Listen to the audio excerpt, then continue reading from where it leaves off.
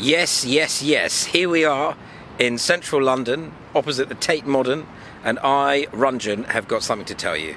In the newspapers this week, there have been many stories about the crypto minister, Bim Afolami, talking about how we need to deregulate further because there's just too much regulation in this country. The idea seems to be that if we take more risk and we regulate less, then there's more money to be made and there'll be more growth in the economy. What about consumer protection? What about looking after people's well-being? Maybe some of the regulations that are out there are actually there for a reason, to prevent pollution and that sort of thing. We have lots of problems in this country, such as polluted rivers and many other problems. Did you remember the post office story where all of these people were sent to jail when they were innocent? There are many other stories like that, and it doesn't seem to me that less regulation is going to help. We need people to know what their legal rights are.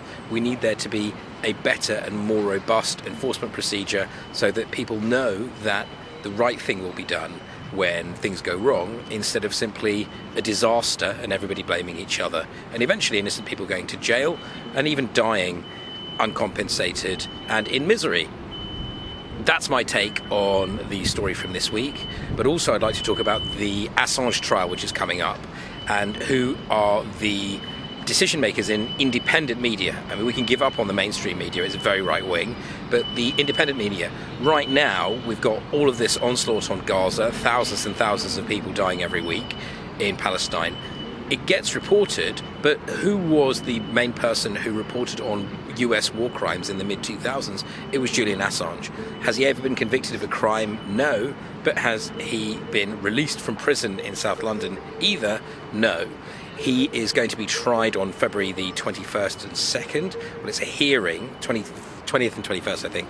Sorry, it's a hearing, and he is going to then either be extradited to the US, deported to Australia, or possibly allowed to live in peace in London with his children. Let's see what happens, but I think that independent media has underperformed in terms of talking about the Assange story, and hopefully it will do something to talk about press freedom and war. Now, one of the questions that I have to ask, which is a slightly uncomfortable question, is why is the independent media so bad? Well, I think one of the reasons why is because the ownership structure. What makes you independent, and are you journalism? Most independent media is not journalism, it's just comment.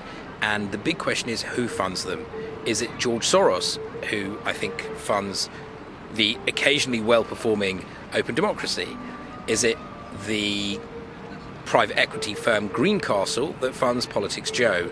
These are the types of questions that we need to ask. Novara appears to be funded by its own community, but it's the only one really out there on video. So if you get your news from YouTube or TikTok or this type of platform, Instagram, and you want to see video of news, all you get is comment. There's very little investigative journalism from independent sources, and as I said, very often the funding is such that on the big issues they're often silent. Thank you for paying attention to what I have had to say today. I'll see you soon. Bye.